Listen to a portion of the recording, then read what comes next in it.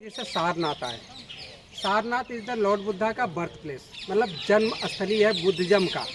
भगवान बुद्ध का तो जन्म स्थान लुम्बिनी नेपाल है, लेकिन बुद्ध धर्म का जो है जन्म स्थान है, क्योंकि इनका जो जन्म स्थान लुम्बिनी में हुआ था वो 563 BC, मतलब लुम्बिनी नेपाल में। लेकिन ज्ञान प्राप्त हुआ था गया बिहार में पीपल के पेड़ के नीचे 528 BC, मतलब 36 साल की एज में।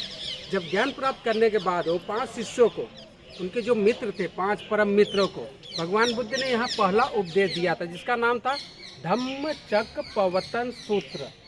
अशोक चक्र में जो 24 तीलियाँ देखते हैं आप लोग, भगवान बुद्ध के 24 उपदेश थे, मतलब 4 आर्य सूत्र, दुख कारण मुक्ति मार्ग, 8 अष्टांगिक मार्ग, मतलब कि सम्यक मीन्स होता है बैलेंस, मतलब बराबर। तो सम्यक दृष्टि, सम्यक संकल्प, सम्यक वाक, सम्यक कर्म, सम्यक आजीविका, सम्यक स्मृति, सम्यक व्यायाम, सम्यक समाधि।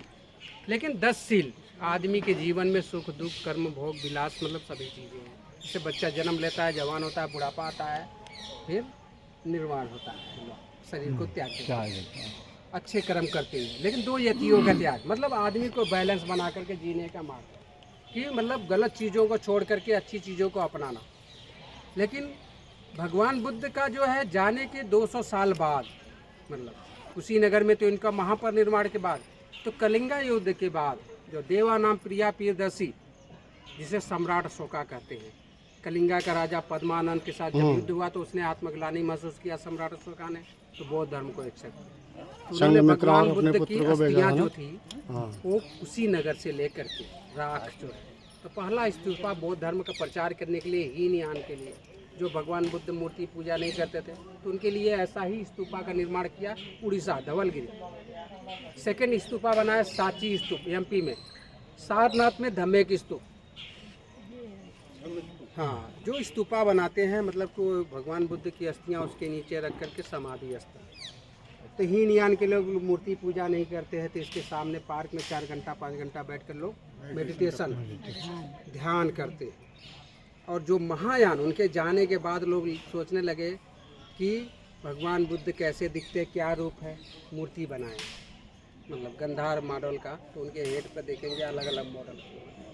तो उन्होंने मूर्ति बनाया, तो भगवान बुद्ध की मूर्ति पूजा करने लगे लोग, तो महायान कहलाते। तो ये स्तूपा जो है रीजन देख रहे हैं कि भगवान बुद्ध का मतलब अस्थि रख करके, मतलब हीनयान के लोगों के लिए बनाया। तो ये 104 फीट इसका हाइट है और 93 फीट इसकी गोलाई है।